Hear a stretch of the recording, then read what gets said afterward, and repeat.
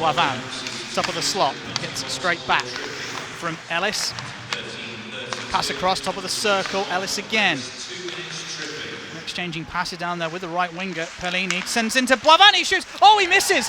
Golden opportunity for Boivin, he had the net and the time, but he didn't have the finish. That should be 1-0 to the Nottingham Panthers. That goal was gaping there. Yep, and See, here again, look on the replay, he's got time, Headley's not in position there, he's got, and it looks as if Headley's taken a bit of that with his blocker as he's moving across. Usually, Mike Hammond is one of the Blaze better face-off takers, and he wins that one away. Blaze 100% of face-offs in the neutral zone as Jermaine, oh he gets that one through, here's Hammond against the break of play, across, chance, goal for Keck!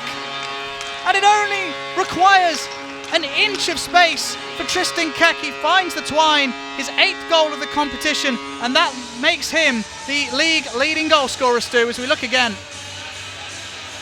And it doesn't matter if you only have 2 shots on goal, if you're able to get that much time and space in front of the net, you're going to put it in. Tristan Keck's not going to miss there, his 8th of the series so far. Mike Hammond, an important defensive zone draw, he can't win it, shot straight off the draw, rebound in front, it's in, it's muscled home, and finally Headley is beaten, a big rebound, and the Nottingham Panthers level. Really unfortunate on Jordan Headley there, thinks he's got it, and then just at that last second it springs out in front, and then it's just controlled and put into the back of the net there. There's Tetlow, he's going to take this wide, feathered in. Headley will grab it and hang on, and I think that might count as the next save. Although it wasn't much of one, he's fine with that. It's all about the confidence, and you always want to make the next save. And Headley will be happy with it no matter what it is. He'll say to himself, that's a good save. Yeah. Some goalies talk to themselves. And some goalies talk to their posts. Yeah. Face up to the... Some of them are weird. I think a lot of them are weird if you play in that position, if I'm brutally honest. Yeah, I think it was Henrik Strodin in Paul Thompson's book Bench, where he talks about him abruptly bursting out of a pre-game meeting to go and eat a can of baked beans, cold, with a spoon, as you do. Shot from the point, blocked, and Coventry with Tristan Keck, he's going to have a breakaway. Keck, in on goal, he scores! Tristan Keck! It's unbelievable what that man can do with an ounce of space. And the Coventry Blaze, with 10 seconds left in the second period, have got their 1-goal lead back. Tristan Keck sends the puck high into the net, and my voice high into the rafters. Tristan Keck comes through all the time and space, goes high, blocker side, Bounds gets a little piece of it and then looks up because he knows he possibly could have got a little bit more there. But Keck, he just can't stop scoring at the moment. That's his 9th now and his 2nd tonight. Coventry retain it. They'll have to get it to some safety here, I think, Stu, and just settle things down a little bit. Or will they attack? Brynnesven off his skate. Big wrap from Tetlow. Hammond. Comfortably back to Ferrara. He steps in. Brynnesven thinks about the one-timer. Drops it low. Larkinen. Weak side. Wrist shot. Goal! Ferrara! A winning combination for the Blaze is 62-19. That occurs, and the Blaze get their 3rd of the evening.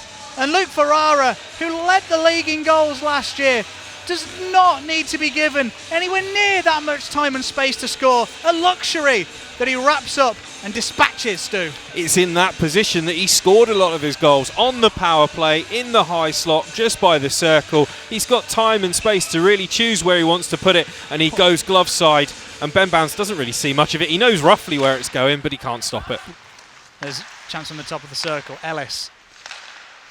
The one-timer looming, you feel. Cangelosi tried to send it through the triangle. Max Krogdahl, oh no, he's lost his stick. Krogdahl will go and retrieve it. He'll have to be rapid here as the Panthers will take advantage. Cangelosi back to Ellis at the hash marks. Top of the circle, top of the slot. Chance. Cangelosi with the net, he scores! And as soon as the Panthers are able to move that puck around with some speed, they're able to stretch the triangle out of position, stretch Jordan Headley out of position, and decrease that lead for the Blaze to 1 with 1 minute 15 of 5-on-4 to go. Backdoor pass, you see it comes across. Headley has to go to the near post, and then Cangelosi just puts it back exactly where he came from, high on the glove side. No chance, Headley. Great goal. Feathers it in round the boards. Pellini right at the edge of his reach. Back down to the goal line. Ellis playing high for the defenseman Demeng. Talbot Tassi to the weak side. Big opportunity. Oh, a ginormous save from Headley. Brett Pellini tried to exercise patience and open up a gap. Headley was able to get square in a hurry and makes probably the biggest save of this hockey game. Absolutely, moves across, gets that lateral movement, and then closes the door on Pellini there. It's a really good save. Technically very, very good. Yeah, no, absolutely. And, you know, Jordan Headley, you've seen him in the couple of goals he's conceded. He's been very cross, reacted as such. But, you know, he can hold his head high no matter what happens here. Even though the Panthers score, Matheson through traffic. He ties the game up. Headley completely unsighted. And with 4 minutes and 5 remaining on the clock, Stu, we have a mini game here. All tied up. Headley doesn't see it, tries to get his glove to it, but it makes its way all the way to the back of the net there. Yeah, it just came through everybody. I don't think it took a touch off anybody as we look roughly from Headley's eyes. Look at all that traffic in front. He's got the back of Venus, the back of Krogdahl. He's got Deneen coming in front of him. It's a 3-3 hockey game. Came off the stick of Hammond. I don't know how he was able to read that. Nick Germain looks at the open ice. Will curl back into his own zone, allowing a couple of bodies to change. I like that from Nick Germain. Not rushing anything. Polkamp drops it off. Back for Nick Germain. Holding on, shooting. Oh, it's behind bounds. It's there. It's shoveled home. It's Ross Venus, the Coventry kid. Forgive me in my excitement, he's from Solihull, but it doesn't matter. He plays for the Blaze. He's given them an overtime win. A workman-like goal. Polkamp heads to the net front. It comes out for Venus, and he just about squeaks it over Ben Bounds. And the Blaze are the victors. Oh my goodness, Stu. What a fantastic result for the Coventry Blaze. Ross Venus there coming in with that overtime winner.